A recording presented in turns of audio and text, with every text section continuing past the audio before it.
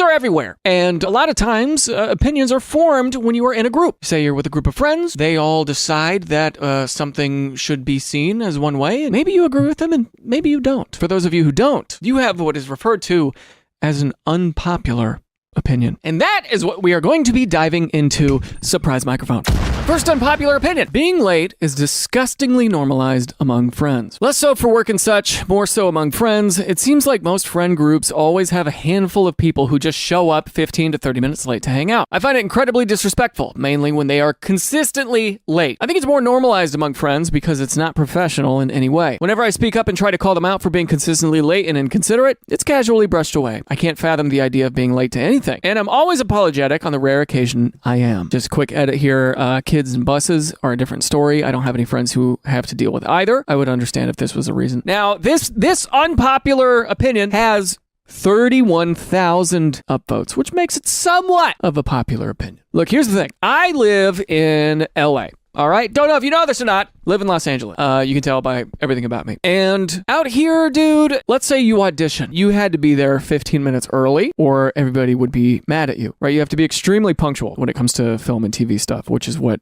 a lot of people are out here to do. So professionally speaking, yes. But when it comes to friendship stuff or meeting up or, having a casual hangout with somebody you haven't seen in a while, abso-freaking-lutely, you have to anticipate them being at least 15 minutes late. You just anticipate it. Bring your phone, bring headphones, sit outside, because there's always that excuse of, traffic was so bad on the 405. Traffic was so bad on the 101. All this stuff. Like, people will use traffic as an excuse, or they'll be like, my dog pooped on the kitchen countertop. I don't know how he got up there. He's got really long legs. There's all kinds of situations where somebody is late in LA.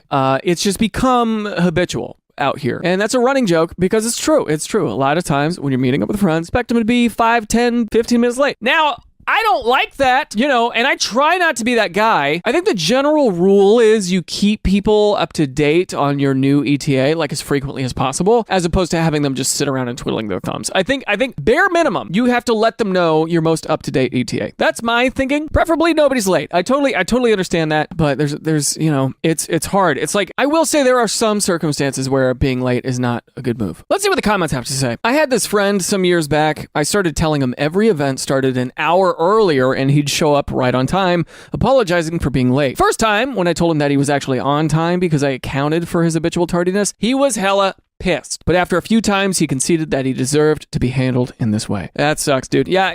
I mean, there was certainly a period of time where I was habitually late to stuff all the time. My brain just couldn't do it. You can blame it on ADHD, or you can claim like time blindness or whatever people are calling it nowadays. And ultimately, I learned this trick when I was teaching at a summer program, which is pretty much reverse engineering when you're supposed to be somewhere. And I know as adults, you shouldn't have to learn this. But I learned it from somebody that I was teaching with that had fully developed prefrontal cortexes who could teach me a thing or two. And so what I learned was, hey, let's say you got to be somewhere at 7 a.m. tomorrow. If you reverse engineer that, you have to shower and get dressed by this time, right? Or like, let's say you have to be at the airport at 5 p.m. Let's say your flight departs at 5 p.m. from the airport. You go backwards. You're like, okay, so say I got to be at the airport an hour and a half beforehand. So that means I got to be there at 3:30. Okay. What is traffic like to get to the airport? Say it takes half an hour. That means you got to leave your house at 3. In order to leave your house at 3, you need to be packed by this time. And then you got to do this and that and this. It's you work backwards from the deadline. And that is something that I never piece together, really. I had to have this guy explain it to literal children who were like 10, 11 years old because it was their first boarding school experience. And I was listening to him explain to these kids and I was like, that's how you do it. That's how you do it. And a huge epiphany in my brain. And ever since then, I'm slightly more on time than I was before. It's not even about being late. It's the lack of communication for me. Like, let me know so I can adjust my schedule / expectations. Yes, monitoring other people's expectations versus what you're telling them to expect is a big deal. People don't like not knowing. People don't like being out of the loop. And so it's a great idea. Hey, if you're running late somewhere, just shoot them a message. Just be like, yo, hey, just so you know, my ETA is 6:09 p.m. Just shoot a message like that, dude. Your life is going to be so much better. Yes, my friend reached out to me yesterday to catch public transport together to an event we were going with a couple others. She said she was getting driven to the train station. I told her to be there at 11:30 to catch the bus. It was scheduled 11:39. She texted me at 11:40. Bro, the bus isn't here. I think it left or something. And I said, I think it just left at 11:40, but I was here at 11:40. She made me do all the organizing of the bus in my schedule around this, and she couldn't even show up to catch a bus, which everyone knows won't wait around on time, and didn't even feel bad about it. Be late on your own time. Don't involve me. Ooh, group planning? And you're going to be late for group planning that involves you going to and returning places, dude? You want to stress test a relationship? You want to stress test a friendship? You want to stress test a family ship? Go to an airport for an international flight. That is how you stress test a relationship. You're going to learn a lot about your partner at an airport. You're going to learn a lot about your new stepmom at an airport. You're going to learn a lot about God at an airport. How great is our God? Sing with me, how great. Moving on. If someone catches a ball at a Major League Baseball game with their bare hands, don't pressure them to give it to a kid. All right, we got this one is actually an unpopular opinion here. It's pretty rare for someone to catch a ball at a Major League Baseball game. Tonight, my boyfriend caught his very first ball with his bare hands, and before the ball even landed in his hands, some random guy sitting next to us says, "Give it to the kid, she's adorable." Who are you to tell us what the hell to do with the ball? My boyfriend ended up giving it to the kid, though. What's the obsession with giving it to random kids? I think the obsession is that children can't catch balls with their tiny little baby hands. They can't. Balls are very fast and they're dangerous to children because children have tiny little squishy heads. Their skulls are still forming, probably not at this age, but they're still young, you know. And when a baseball is flying through the air at like 100 miles an hour, catch that thing. It's hot in your hand. Boop, pocket it. I just licked this by accident. Ugh. What is the obsession with giving it to random? I don't think it's random kid. If the kid really made a go for it, I don't know, man. I think it just depends on who you are, right? If this kid, if this guy, this boyfriend, early 20s, late teens, early 20s, and he's super excited, he catches this ball. You know, there's a little kid inside of everybody in a way. There's like a younger version of yourself who's like, oh my God, my first Major League Baseball that I've ever caught, ever. I've been to dozens of games, I've never caught a ball. How cool. That little girl could just be like, I want it.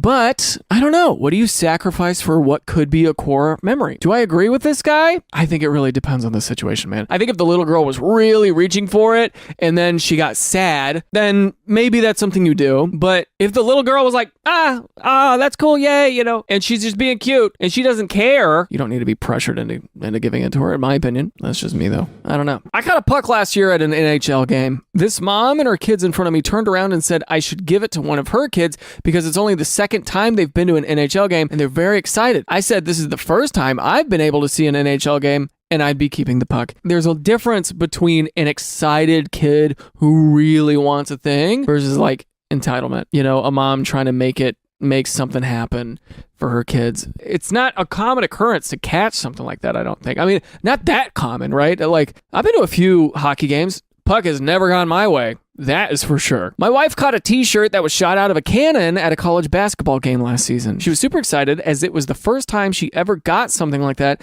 and she had to out-jump some of my friends for it. About 10 minutes later, some 10-year-old came up to us and told us to give it to him. My wife looked at him like he was crazy and told him to get lost. The kid replies that he deserves it because he's just a kid. Literally just turned and ignored him. Never been more proud, LOL. Now, there's a clip from a show. I don't remember which show it was. But there's a clip of like a mother coming up to a guy and be like, hey, can my child sit next to you? They're really anxious. They'd prefer the window seat. And the guy's like, oh, no. And that's it. Eventually, dude, you got to learn how to say no. Nobody should be forced into anything that makes them uncomfortable. Nobody should be forced into something that they were also equally excited about. You know, this woman, this wife who caught that t-shirt, the kid inside of her was excited. And forget the kid inside of her. She was just jazzed. Not jacked. Maybe she's jacked, but she was jazzed about catching a t-shirt. It's fun. You get to participate. Dude, you know what I've been looking at a lot of lately is the Savannah bananas. I went to college in Savannah, Georgia. I know people who have worked with the Savannah bananas. I had no idea they were going to be this huge. They're so sick, dude. They create made-up games to where, like, if you catch a ball, if somebody in the stands catches a ball, then it's an out. So, like, the audience has incentive to bring gloves and participate in baseball. And they're selling out these stadiums. 70,000 seat stadiums. They're selling out. Just because they're bringing the fun back in sports. They're eliciting that childhood, that childlike wonder in these people. And I think it's sweet. I think it's really cute. Moving on. Dogs are extremely unpleasant. We got a home run unpopular opinion here. I know a few people who agree with this opinion. I do. I know a few people who agree with this. They're wrong. They're not wrong. It depends. There are a lot of dogs that are extremely unpleasant. I grew up with dogs. I now have 2 cats. Why did I not get a dog? I have a house for a dog. I have a yard for a dog, but I don't have a dog. Why? For me, personally, they bark a lot and I record in my home. And so I don't want a dog to be barking while I'm recording. That's something I don't want. But this person says dogs are extremely unpleasant. I'll guess why. Pick up after the poop. They try to eat your food all the time.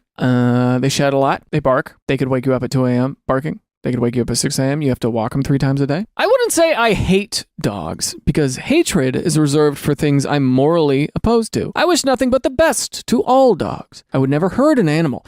I don't like this intro just because it's so pointed. I don't know. There's something about this intro that makes me not trust this person. I'm going to keep reading. But if I went the rest of my life without meeting another dog, I'd be okay with that. What? Without meeting another dog? Not even one in passing? Not even like a poodle with big fluffy hair? Just a walking pillow topper? You don't want even that? Jeez. My biggest problem is hygiene. It's crazy to me that people keep an animal that has no reservations about or puking on the floor. Well, cats do that too. And even if your dog is perfectly house trained, it's still walking around with outside feet. They don't wear shoes. So you live in a household where it's shoes off kind of a house. We're getting a character profile of this person. Actually, they deleted their account.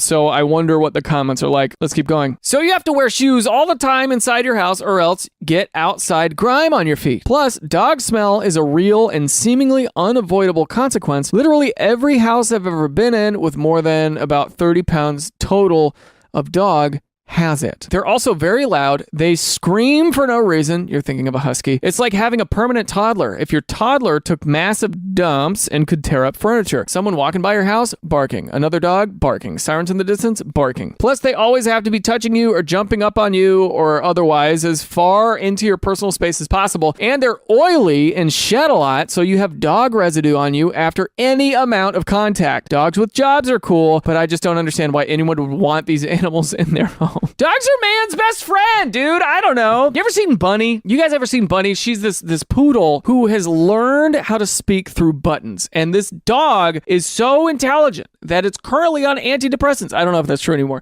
But this dog is having like existential crises. Like it'll push buttons that says, "What is Bunny? Is Bunny human?" Like staring in the mirror. What this? It's spooky, dude. Can you show a little video of that? Just a 2-second clip. Who? Who is it?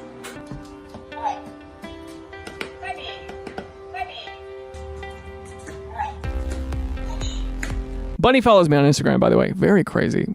There are some really, really cool dogs out there, but it is a gamble, right?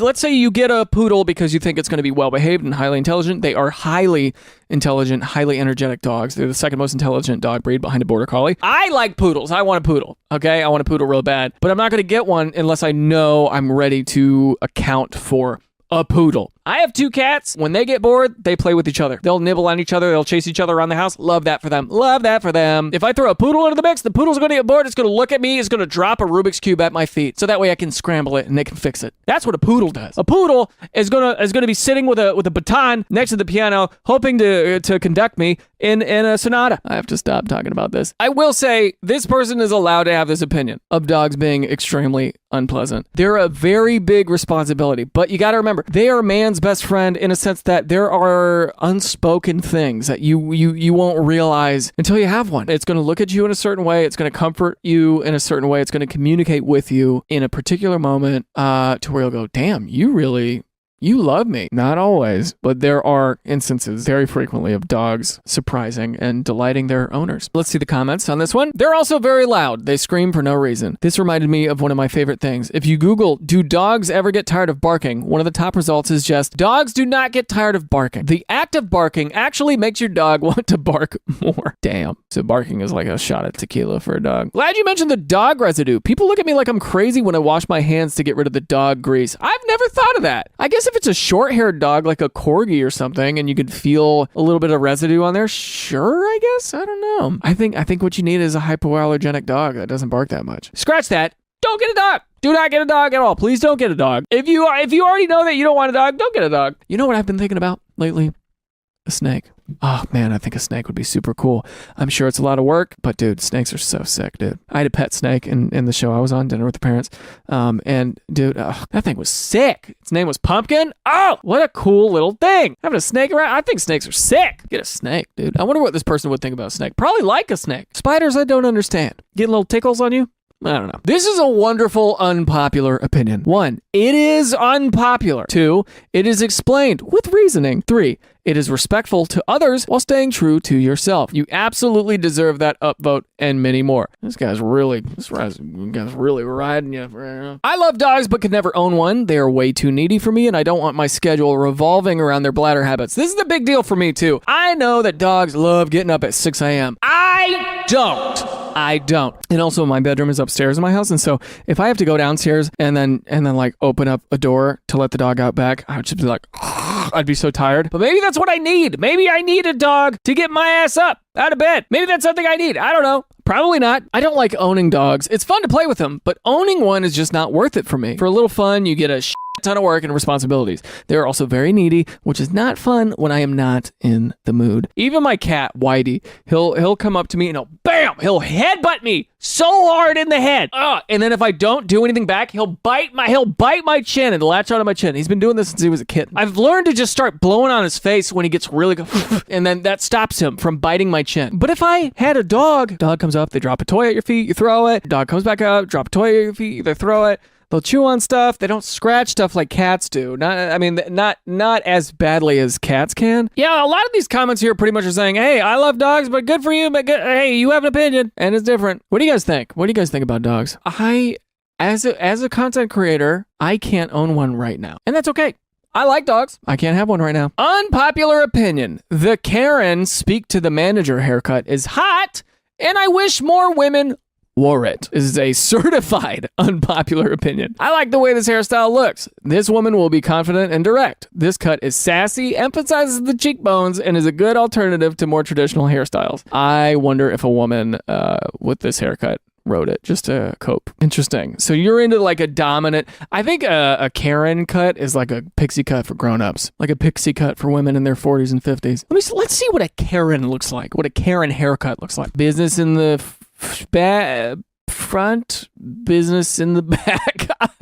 This is the ultimate Karen haircut. Yeah, and they always have these huge sunglasses too. These like bug-shaped sunglasses, looking like a wasp about to sting somebody right now. Is it hot? To me, no. I love long hair though. I really do. I like long hair, curly hair. Ugh, I'm a long curly boy. Oh my God. This to me is not exactly a Karen haircut. I think spiky in the back and this weird side part situation. Hilarious. Finally, a good unpopular opinion. There was a time when the cut was hot and fresh. I thought it was kind of cute. Thank God I never got it done. LOL. Okay, so this is a woman here. Upvoted for a truly unhinged opinion. Fly your freak flag up. Never heard of a Karen fetish, LMAO. I wonder, this is kind of a crossbreed between like a dominatrix thing. You want a woman to be in charge. You want a woman to complain when the waiter got your order wrong. I get that. I can understand that conceptually. You want a strong feminine. You want strong feminine. That's what you want in your life. Sure, you're the kind of guy at a club to pay a woman $300 to step on your nutsack. That's who you are, and that's fine, dude. That's okay that you're that way. Embrace it. That's what that tells me about you, and that's fine. People do it. Not me, though. I love how wild this subreddit becomes when there is a genuinely unpopular opinion. What a take! At least here, these takes get to see the light of day. I'm on a few subs where people will post, what's your most unpopular opinion about whatever, and everyone who posts an actual unpopular opinion is downvoted into oblivion, LOL. This is a very unpopular opinion. I'm about to contribute something that I dislike. You may have this. This is more popular than the Karen right now. You may have this haircut. This is a haircut that I don't like. I'm about to put myself out there like this gentleman has put himself out here. This situation, to me, has gone too far. The microbangs. I'm sorry. Look at me. I'm sorry. That's not for me. It's like a receding hairline on a woman. That's how I feel anyway. Microbangs? I saw Britt Lauer, and I think she's an incredibly talented actress, and I think she deserves all the success in the world. But how high up this is? Why are you doing that? It looks like there was an accident. Unpopular opinion. Being a realtor is not a real job. Title is a little dramatic, but I just don't think they do any actual valuable work. I think my main issue is with how we buy/sell homes. It is an incredibly complex thing for something that is, at its core, not complex at all, creating a need for realtors who can actually understand all the nonsense that goes into buying a house. Besides that, I can't think of a single thing they do that's actually work besides telling you to get trendier kitchen cabinets, because obviously everyone who's selling their house can afford to do an entire renovation to fit the realtor standards. It's just silly to me. Okay, so you're here to sell a house, it seems, and you're talking about a realtor from the seller's side. Okay, all right.